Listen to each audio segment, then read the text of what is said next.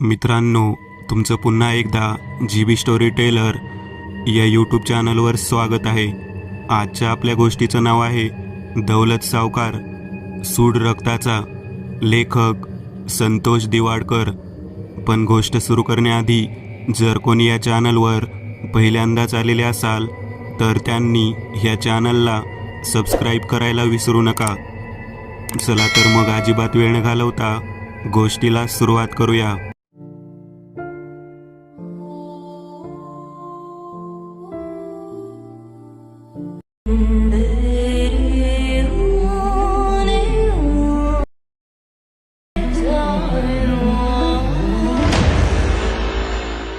मी माझ्या मावळ तालुक्यातील शिळीम गावी खूप धमाल करत होतो. उन्हाळ्याचे दिवस म्हणजे समर व्हॅकेशन माझं दरवर्षी ठरलेलं होतं.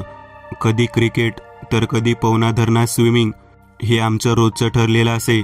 आणि घरी आलो की ॲपवरच्या भयकथा वाचायच्या म्हणजे एकंदरीत ठरलेला दिनक्रम होता. एके दिवशी एक वाड्याची गोष्ट मी ॲपवर वाचली. ती मला इतकी आवडली की मी ती सर्वांना पाठवली. पुढे त्या गोष्टींवर खूप चर्चा देखील झाली. पण त्या गोष्टीत एक जे होतं की ते मित्र कसे फिरायला जातात व कशी मजा करतात हे मला खूप आकर्षक वाटले. शिवाय माझ्या मित्रांनी देखील तीच इच्छा व्यक्त केली. आम्ही एकदा बीचवर रात्र घालवायचा विचार केला. बीच जवळपास नाही पण गावाला जोडूनच असलेल्या पवना धरणाकाठीचा रात्र घालवायचे असे आम्ही ठरवले. मे महिन्याचे शेवटचे 2 दिवस बाकी असतील. हळूहळू वातावरणात बदल होत होता आणि पावसाळ्याची चाहूल लागली होती. चला, एकदा का पावसाळा लागला की परत जाणार कल्याणला आणि मग परत गणपतीलाच गावाला येणार. पण त्याआधी आपण ना एखादी नाईट एन्जॉय करू. मी माझ्या मित्रांना इच्छा व्यक्त केली. हां मग काय करू की जंगी पार्टी सँडी. शैलेशने मला दुजोरा दिला आणि आम्ही 5-6 जण त्या पार्टीबद्दल बोलायला सुरुवात केली. आमचे नियोजन देखील पूर्ण झाले. आम्ही आमच्या घरी देखील याबाबत कल्पना दिली. नाही म्हणता म्हणता आम्ही सगळे तयार झालोच नाईट पार्टीसाठी. पार्टीच्या संध्याकाळी आम्ही सर्व मित्र प्रतीकच्या घराबाहेर जमलो. आमच्या सर्वांकडे सामान होते. आऊदादाच्या पोल्ट्रीवरून 2 कोंबड्या देखील घेतल्या आणि तसेच धरणावर गाड्या घेऊन गेलो. मी, शैलेश, अनिकेत, महेश, प्रतीक आणि दत्ता असे आम्ही 6 जण या पार्टीमध्ये सामील होतो. धरणाकाठाने गाड्या फिरवता फिरवता आम्हाला खूप पुढे येऊन एक जागा सापडली. दत्ता कातकरी असल्याने तो माशाचे जाळे लावण्यासाठी अख्खं धरण पायाखाली घालायचा. त्यामुळे त्याला जागा माहिती होत्या. त्यानेच आम्हाला त्या जागेवर आणून थांबवले. जिथे आम्ही थांबलो तिथून आसपास कसलीही मानवी वस्ती दिसत नव्हती. जणू काही खूप लांब आलो आहे कुठेतरी. मागच्या बाजूला घनदाट झाडी असलेला डोंगर आणि पुढे लांबच लांब पसरलेलं निळाशार पाणी. हळूहळू अंधार पडू लागल्याने पाण्याचा रंग देखील बदलू लागला होता. लाटांचा खळखळाट कानांवर पडत होता आणि पायाखाली नुसती खडी आणि रेती लागत होती. एक काम करा, पहिले चूल बनवायला घ्या. दगड बघा जरा निबार. प्रतीकने दगडाचा शोध सुरू केला. 3 दगडी रचून आमची चूल उभी राहिली. तोवर अनिकेत आणि शैलेशने मागच्या रानातून लाकडं गोळा केली. प्रतीकने ती चुलीत घातली आणि जाळ पेटवला. त्यावर पाणी उकळायला ठेवले. इकडे दत्ताने पटापट कोंबड्यांची मुंडकी छाटून पीस बनवायला घेतले. मी देखील त्याला मदत करू लागलो. रस्सा करायचा की बिर्याणी? प्रतीकने आम्हाला प्रश्न केला. आता बिर्याणीचं सामान आणलं आणि रस्सा करायचा म्हणतोय. अनिकेतने प्रतीकला टोमणा दिला. अरे सामान तर दोन्ही आहे. म्हटलं गेल्यावर ठरू काय ते. प्रतीकने अनिकेतला उत्तर दिले. आपलं काय नाही बुवा, तुम्ही काही करा. महेशने सामंजस्याने सांगितले. एक काम करा, बिर्याणी मरू द्या तिकडं. बेस्ट झणझणीत लाल रस्सा बनवा म्हणजे कसं पिता पण येईल असा फुरका मारून. मी असे म्हणताच सगळ्यांच्या तोंडाला पाणी आले आणि बिर्याणी डोक्याबाहेर गेली. प्रतीकने रस्स्याची तयारी सुरू केली तर दुसरीकडे शैलेशने भात घालायला घेतला आणि आमचा स्वयंपाक चुलीवर शिजायला लागला. चला आता आपला मेन कार्यक्रम सुरू करू, मी हसूनच सांगितले. मेन कार्यक्रम म्हणजे माडी पिण्याचा प्रोग्राम. मावळ आणि मुळशी तालुक्यात माडी मोठ्या प्रमाणावर आढळते. माडाच्या झाडापासून माडी काढली जाते. जी शरीराला चांगली मानली जाते, पण माडीची नशा जबरदस्त असते. एका केंडामध्ये महेशने माडी आणली होती. महेशच्या घराशेजारील माडाचीच ती माडी, 10 लिटर माडी. आणि आम्ही प्यायला 6 जण. पाण्याच्या अगदी जवळ बसून आम्ही माडीचे ग्लास भरले आणि आमची पार्टी सुरू झाली. बराच वेळ गप्पा रंगल्या. माडीची नशा चढत जाईल तशी आमची पार्टी रंगत जाई. एकीकडे चुलीच्या रश्श्याने देखील रंग भरला होता. हिदळत खिदळत आम्ही माडी संपवली आणि सरळ जेवण करायला घेतले. सगळ्याच्या पुढ्यात पत्रावळ्या वाटल्या, त्यावर भाताचा ढीग उभा केला आणि त्या ढिगात खड्डा करून त्यात रस्सा ओतला. रस्सा कालवायला जावं तर हाताला चटके बसत होते. भातातून नुसता धूर निघत होता. मग प्रतीकने सगळ्यांना दाबून चिकन वाटले. प्रत्येकाच्या ताटात नुसता खच लागला होता. कोणता तुकडा आधी मटकवावा हे आम्हाला कळेनासे झाले. एका वाटीत मी रस्सा घेतला. फुरका मारून मी त्या रस्स्याचा एक सिप मारला. काय कालवण केले प्रतीक, वा. मी प्रतीकची तारीफ केली. बस का भाई. त्यानेही माझे आभार मानले आणि आम्ही चिकनच्या रस्स्यावर भातावर ताव मारू लागलो. रात्रीचे 9:30 वाजले असतील. आमची जेवणं झाली. आम्ही ढेकर देऊन तृप्त झालो होतो. सर्व सामानाची बांधाबांध केली आणि सामान गाडीला लावले. त्याचबरोबर तंबू ठोकण्याचे सामान अनिकेतने त्याच्या गाडीतून काढून घेतले आणि आम्ही तंबू ठोकायला लागलो. काही मिनिटात आम्ही तंबू ठोकला. आतमध्ये चटया अंथरल्या, त्यावर 2-2 गोधड्या घातल्या आणि बाहेर येऊन पुन्हा गप्पा मारत बसलो. रात्री 11 वाजले असतील. आम्हा सर्वांना झोपा यायला लागल्या होत्या, म्हणून आम्ही तंबूत शिरलो आणि आपापल्या जागेवर जाऊन झोपलो. सळसळणाऱ्या लाटांचा आवाज कानांवर खूप छान वाटत होता. त्याच आवाजात आम्हाला डोळा कधी लागला हे देखील कळले नाही. शांतपणे झोपलो होतो. तोच बाहेर सोसाट्याचा वारा सुटला आणि आमचा तंबू फडफडायला लागला. आम्ही सगळे खडबडून जागे झालो. त्या आईच्या गावात कसला वारा सुटलाय बाहेर, अनिकेतने प्रश्न केला. हळूहळू वाऱ्याचा वेग आणखीनच वाढत गेला आणि त्याचबरोबर आमचा तंबू भुरकन वाऱ्याच्या वेगाने उडून गेला. तंबू उडून जाताच पावसाची हलकीशी रिपरिप सुरू झाली. गोमूत्र शिंपडावं तसा पाऊस टपकायला लागला. आमची धांदल झाली. आम्ही पटापट बोजा बिस्तर गुंडाळले. आईच्या गावात आता काय करायचं, घरी तरी कसं जायचं. घर काय जवळ नाही. आता पाऊस आला तर कुठं लपायचं, झाडबीड पण नाही मोठं. प्रतीक सर्व आवरता सांगू लागला. हा ना, केवढ्या लांब आलोय घरापासून. शैलेश देखील हवालदिल झाला. एक जागा आहे इथं जवळच आहे. वर एक घर आहे, बंदच आहे ते. तिथं पाऊस लागायचा नाही. कातकऱ्याच्या दत्ताने आम्हाला जागा सुचवली. कुठे दत्ता, जवळ आहे का. प्रतीकने त्याच्याकडे पाहत प्रश्न केला. अरे ही काय, वरतीच तर आहे घर, ह्या झाडीमागं. दत्ताने हात करत दाखवले. अरे मग उरका, बिछाना उचला सगळ्यांनी आणि गाड्या ठेवा इथंच. मोबाईल बिबाईल घ्या, चला लवकर. असे म्हणत प्रतीक घाई करत वरच्या बाजूला पळायला लागला. पुढे दत्ता आणि त्याच्या मागे आम्ही सगळे धावू लागलो आणि त्याच धावपळीत आकाशात विजांनी तांडव सुरू केला. ढगांची गर्जना झाली आणि रिपरिप करीत पावसाने वेग घेतला. पावसाचा वेग वाढतच आम्ही त्या बंद घराबाहेर आलो. दत्ताने दार आत ढकलले आणि आम्ही आत शिरलो. अरे हे घर केवढं मोठं आहे. मी घराच्या भिंती पाहू लागलो. सँडी, अरे हा विष्णू आप्पाचा वाडा आहे. प्रतीकने मला इकडे तिकडे पाहत सांगितले. विष्णू आप्पा, तो इथं कधी राहायचा. मी पुन्हा प्रश्न केला. विष्णू आप्पाचे आजोबा म्हणजे आमच्या गावातील एक थोर व्यक्तिमत्व, दौलतराव सावकार.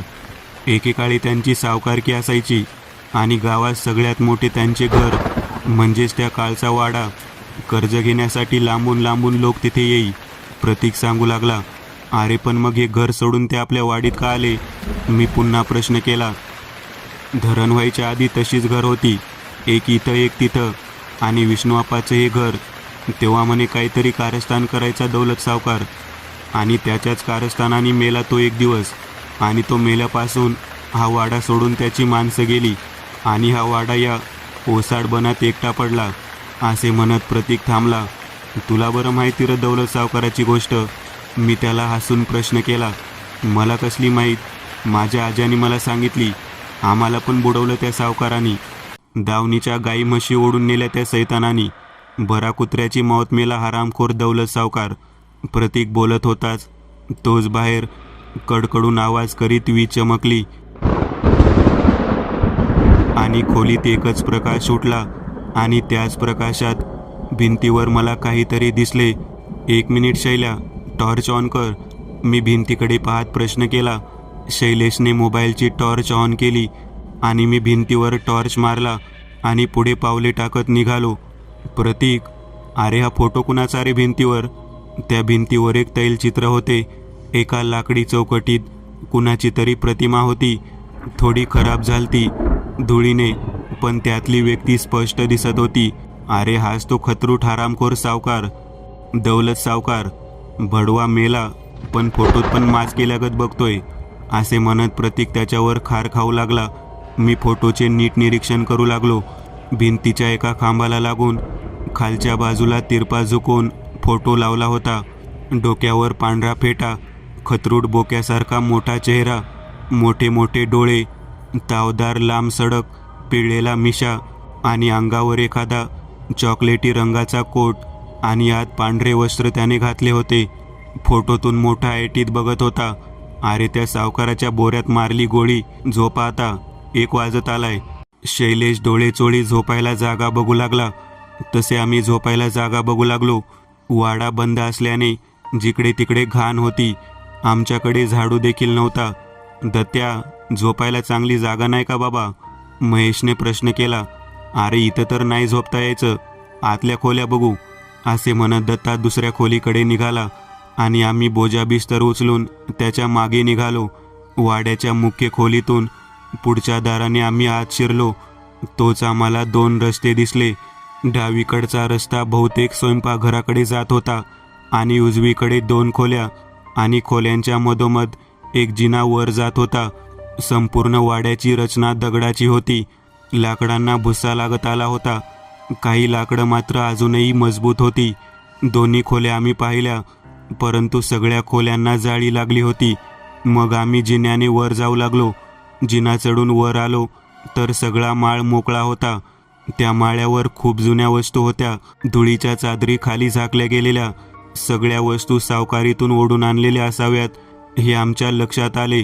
बहुतेक माळ्यावर दौलत सावकार व्यवहाराची कामं करत असावा. आम्ही माळ्यावर पाहत होतो. भिंतींना आणि खांबांना कंदील आणि दिवे लटकत होते.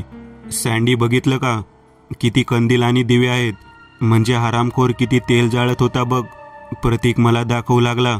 बाबा, म्हणजे ते श्रीमंताचं घर होतं आणि श्रीमंत कधी अंधारात राहील होय? त्याच्या घरात लकलकाट असायलाच हवा. मीही दुजोरा दिला. आयला प्रतीक, हे इथे खाली काय रे? अनिकेतने त्याच्या डाव्या बाजूला टॉर्च मारला. अरे हे ते नाही का दिवाणजी बसतो हिशोबाला? हा त्याचा लिहायचा चौरंग नाही का असतो तो? आणि ती बघ, ती लाल कपड्यात दिसते का? प्रतीकने त्यावर टॉर्च मारला. ग्रंथबिंत आहे का काय? महेशने प्रश्न केला. येड्या, कागदपत्र आहे त्यात, लोकांची घाणपत्र सगळी. प्रतीकने महेशकडे पाहिले. चायला एवढी? अनिकेत अचंबित झाला. म्हणजे याने तर गावच्या गाव गिळली होती. मी प्रश्न केला. हा मग काय, जाताना ही कागद पण नाही नेली त्यांनी सोबत. आणि पैशासाठी हरामखोर बाया लेकीचे आबरू लुटायचा. डाकू लोक हाताशी धरून मुडदे पण पाडायला कमी नव्हता करत हा. प्रतीक त्याला अजूनही शिव्यांच्या लाखोल्या वाहत होता. अरे तुला तर लय माहिती दिसते. मी पुन्हा प्रश्न केला.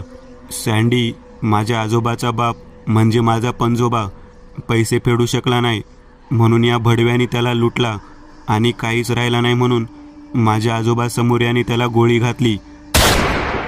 अख्ख्या गावाने पाहिलं पण पुढे यायची धमक कुणात नव्हती, असे म्हणत प्रतीक आणखीनच फणफणला. अरे मग प्रतीक, हा दौलत सावकार कसा काय मेला? तेही एवढं सगळं सोडून? मी असे म्हणताच प्रतीकने माझ्याकडे पाहिले. ते मला नाही माहीत. प्रतीकने मान वळवली. एवढं सगळं तर माहीत आहे, मग तुझ्या आजोबाने तो कसा मेला हे नाही सांगितले का? मी पुन्हा प्रतीकच्या पुढ्यात जाऊन विचारले. नाही सांगितले मला. प्रतीक खाली बसला आणि वस्तू हातात घेऊन ती निरखून पाहू लागला.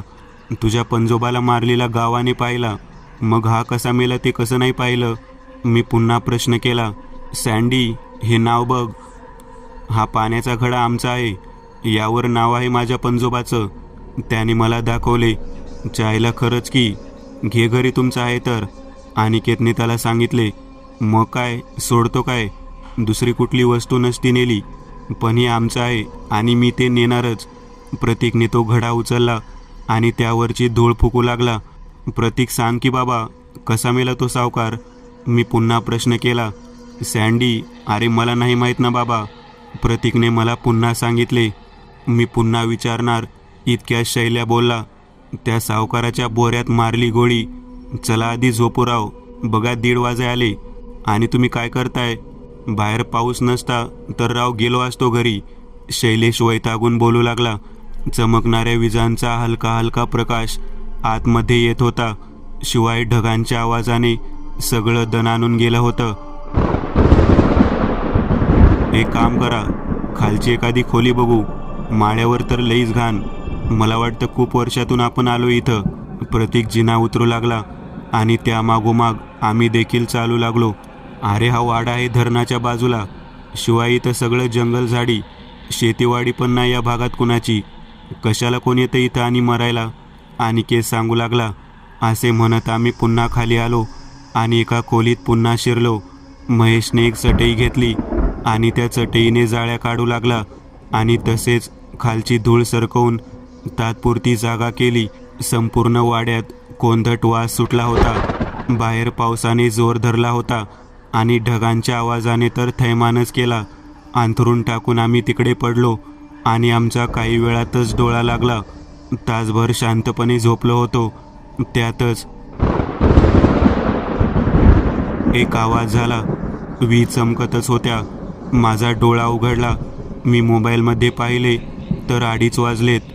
टॉर्च ऑन केला आणि पाहिले तर सगळे झोपलेत. प्रतीककडे पाहिले तर तोही तोंडाला मास्क लावून झोपला होता. त्यानंतर माझं लक्ष गेलं की प्रतीकने माळ्यावरून आणलेला पाण्याचा तो पितळी घडा कुठे दिसेना. मला थोडं विचित्र वाटलं. त्यानंतर माझ्या लक्षात आले की दत्ता पण गायब आहे. एवढा वजनदार पितळी घडा घेऊन दत्ता पसार झाला का काय, असा विचार माझ्या मनात आला. पण तो बरं असे का करेल?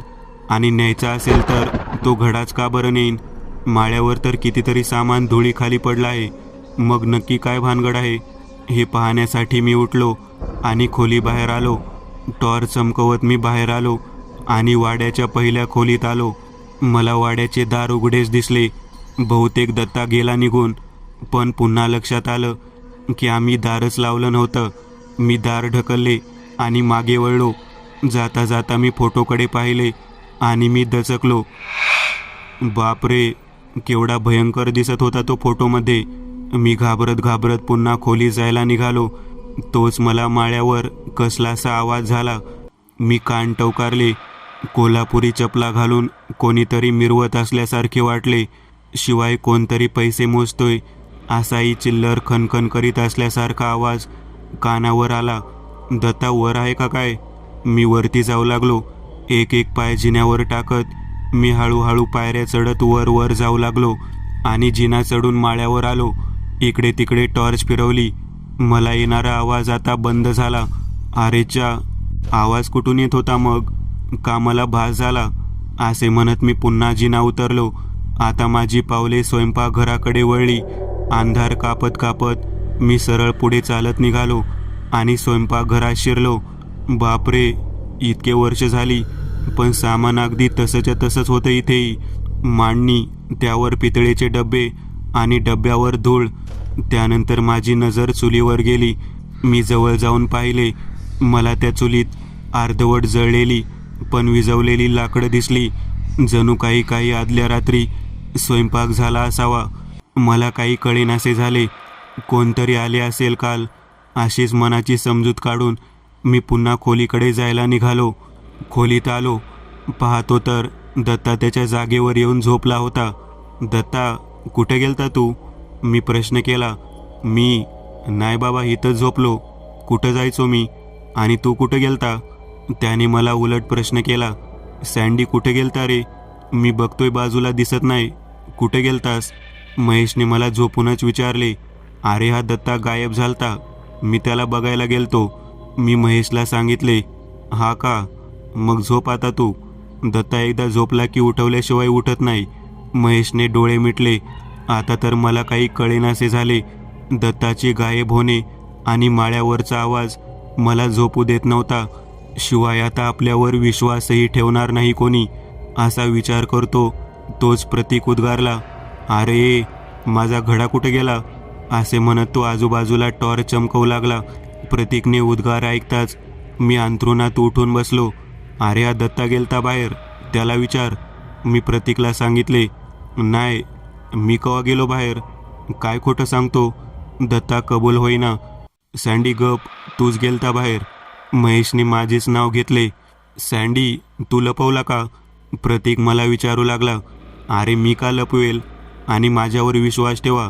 महेश तुला नाही माहीत, तू झोपला होतास. दत्ता इथं नव्हता.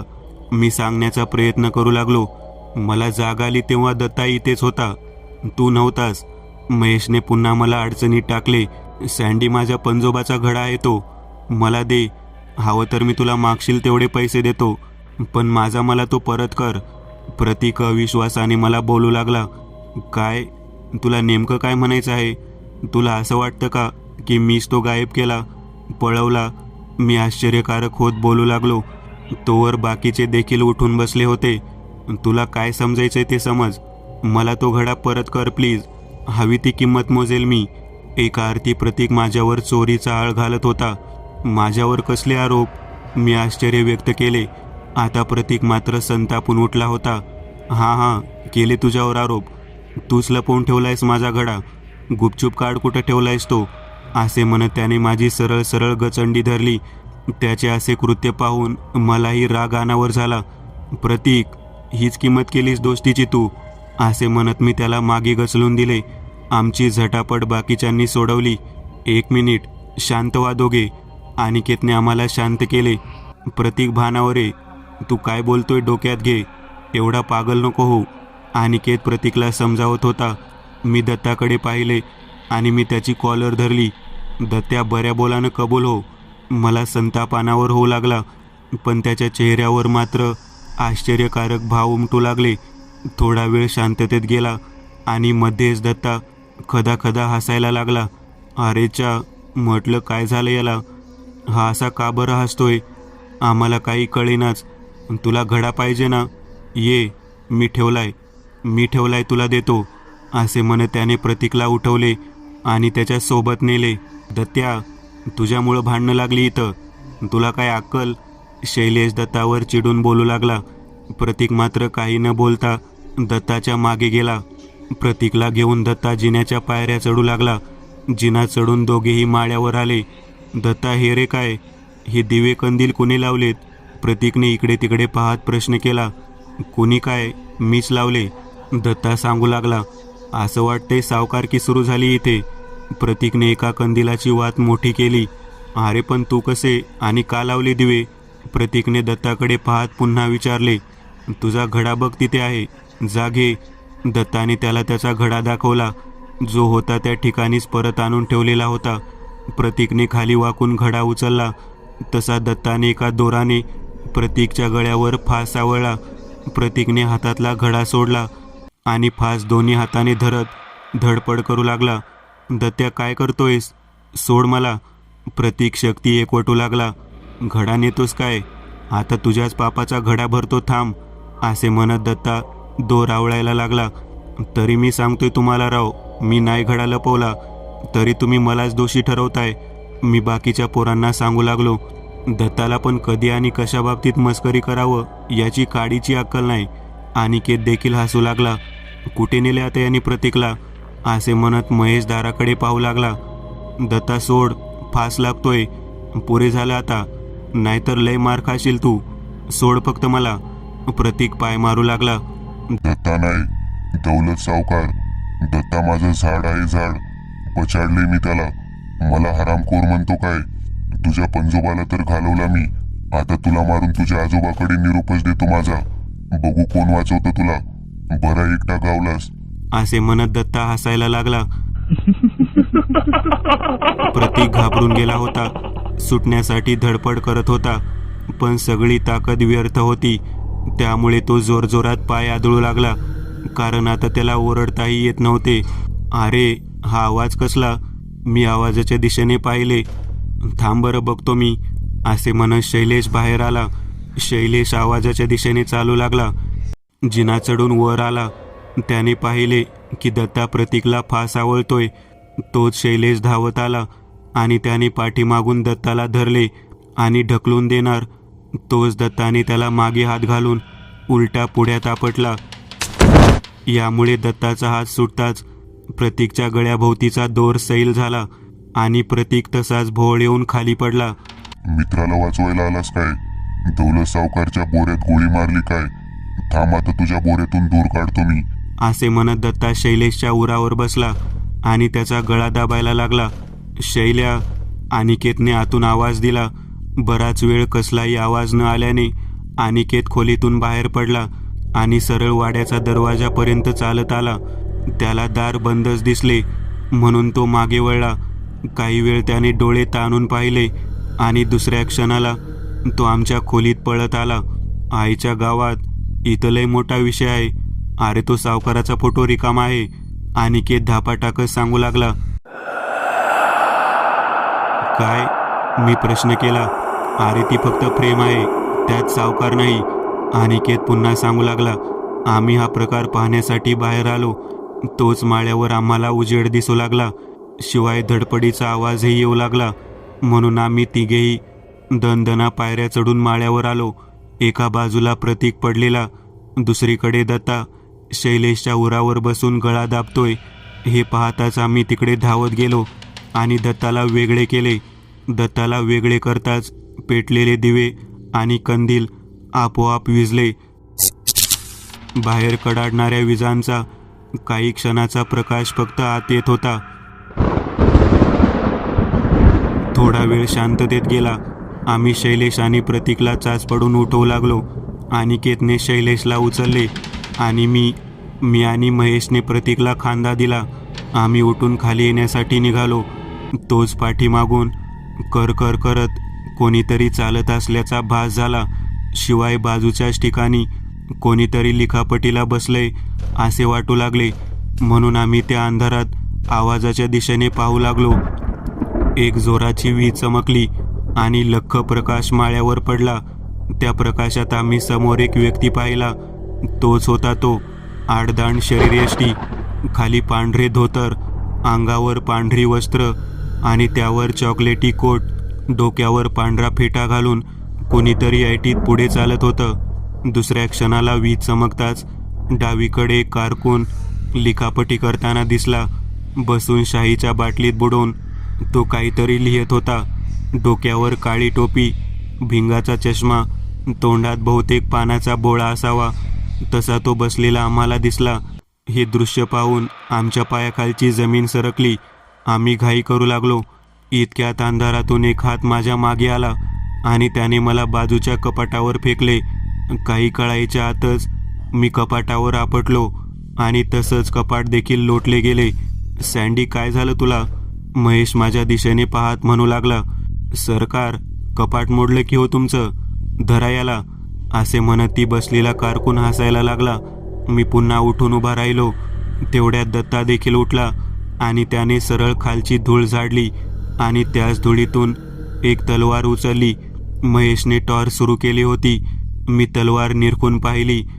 तिच्यावर धूळ तर होतीच, पण त्यावर डाग देखील होते. बहुतेक रक्ताचेच डाग असावेत तेही अनेक वर्षांपासून लागून राहिलेले. जणू काही ती तलवार तिथेच वाट पाहून होती वर्षानुवर्षे. काय पाहताय? ही तलवार माझ्याच रक्ताने माखली ती. आता रक्ताचा बदला रक्तानेच घ्यायचा. माझा सूड आज उगवणार, असे म्हणत त्याने प्रतीकच्या अंगावर वार केला. मी प्रतीकला भिंतीवर ढकलून दिल्याने वार हुकला आणि दत्ताचा तोल गेला. हरामखोर, असे म्हणत दत्ताने मला जोराची लाथ मारून जिन्यात ढकलले आणि तो पुन्हा प्रतीकच्या दिशेने धावला. प्रतीक काहीसा शुद्धीवर आला होता. त्याच्या दिशेने येणारी तलवार रोखली आणि दत्ताला ढकलून जिन्यातून खाली पळू लागला. आम्ही देखील पटापट जिन्यात उड्या घेऊन प्रतीकच्या मागे धावू लागलो. अनिकेतच्या एका टॉर्चवर आम्ही वाड्याच्या दाराकडे धावलो. तोच प्रतीक तिथून परत फिरला. सँडी दार उघडत नाहीये, आता काय करायचं असे म्हणत तो स्वयंपाकघराकडे धावू लागला. प्रतीक, मी हाक मारली. दत्ता कुठे? महेश मागे पाहू लागला. तो वरतीच आहे वाटतं. त्याला सोडा, त्याला काही होणार नाही. झालं तर आपल्यालाच होईल. बाहेर पडायला रस्ता बघा. शैलेश देखील स्वयंपाकघराकडे धावू लागला. त्याच्या मागे अनिकेत देखील पळू लागला. मी महेशच्या हाताला धरून विरुद्ध दिशेला दुसऱ्या खोलीकडे धावलो. सँडी तिकडं कुठं? महेश विचारू लागला. महेश ऐक, असं कुठलं घर नाही जिथे देवघर नसेल. मला वाटतं ती जागा आतासाठी सेफ आहे. चल देवघर शोधू. मी काही म्हणतो तोच दत्ता तलवार आणि कंदील घेऊन आमच्या समोर. तू कशाला देवघर शोधतोस? मीच पाठवतो तुम्हाला आज देवाघरी. उभ्या जन्मात मी देवाकडे पाहिलं नाही. तिथं माझ्या घरात मी देवाला कशाला जागा देईल? असे म्हणत दत्ता हसू लागला. अच्छा, म्हणून तुला मेल्यावर वरती जागा दिली नाही देवाने, म्हणून तू सडतोय अजून इथेच. मीही धाडस करून बोललो. लय बोललास, आताच तुझा मुंडकं उडवीन. पण आधी या तलवारीच्या रक्ताला त्याचं रक्त पाहिजे, तरच माझा रक्ताचा सूड पूर्ण होईल. असे म्हणत तो आम्हाला ढकलून स्वयंपाकघराकडे धावला. सँडी ऐकलं का काय बोलला? म्हणजे तो आधी प्रतीकला मारणार आहे. जोवर प्रतीकच्या जीवात जीव असेल तोवर आपल्या जीवाला कसलाच धोका नाही. महेश मला सांगू लागला. बरोबर, म्हणजे या वेळेला प्रतीकचा जीव वाचवणं जास्त गरजेचं आहे. चल पळ. असं म्हणत आम्ही देखील स्वयंपाकघराकडे धावलो. तिथून अनिकेत आणि शैलेश बाहेर पळत आले. अरे थांबा, पळताय कशाला? मी दोघांना थांबवले. अरे आपला एक मित्र संकटात आहे आणि तुम्ही पळताय कशाला? महेश त्याला सांगू लागला.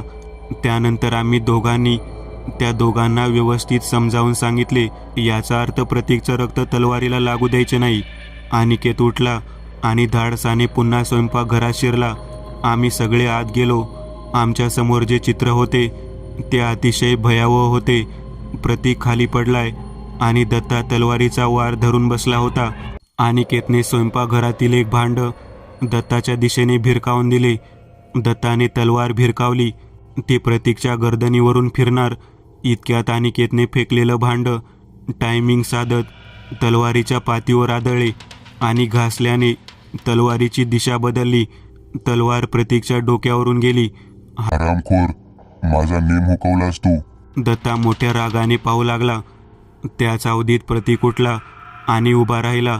दत्ता अनिकेतकडे आला आणि त्याने त्याला गचंडीला धरून वर उचलले आणि चुलीवर फेकून दिले. चूल मोडली आणि अनिकेत देखील विवळत उठला. शैलेशने त्याला आधार देऊन उठवले. प्रतीक देखील घामाघूम होऊन थरथर कापत होता. जणू काही त्याचा काळ त्याच्या समोर होता. पण कदाचित वेळ आली नव्हती आणि अचानक उजेड पडायला लागला. सकाळ होऊ लागली होती. जास्त उशीर नको, उगवणारा सूर्य तुला दिसू द्यायचो नाही, असे म्हणत दत्ताने एका हातात त्याची गचंडी धरली आणि लात मारून त्याला उताने केले. आम्ही देखील डोळे मिटले. आता रक्ताची चिळकांडी उडणार असा समज करून आम्ही मानाखाली घालून डोळे मिटले. दत्ताने तलवार फिरवली. तोच प्रतीकने एकाच हाताने ती अडवली आणि तशीच लात दत्ताच्या भकाळीत भरली. तसा दत्ताची तलवार निसटून दत्ता मागे कोसळला. प्रतीक उठला आणि तलवार उचलली, दत्ताच्या मानेवर ठेवली. आम्ही देखील डोळे उचकटले. समोर बदललेलं चित्र पाहून आमच्या डोळ्यावर विश्वासच बसेना. दौलत सावकार, माझ्या बापाचा खून केला होतास ना तू, असे म्हणत प्रतीकने त्याच्या तोंडावरचे मास्क फाडून टाकले. प्रतीकचे वडील तर घरी झोपलेत. मग हा असं काय म्हणतोय? माझ्या बापाला गोळ्या घातल्या म्हणून मी याच तलवारीने तुझी लक्तर लोळवली होती. हे तुझंच रक्त आहे ना? माझ्या नातवाच्या रक्ताने माखून सोडगो पाहतोस काय?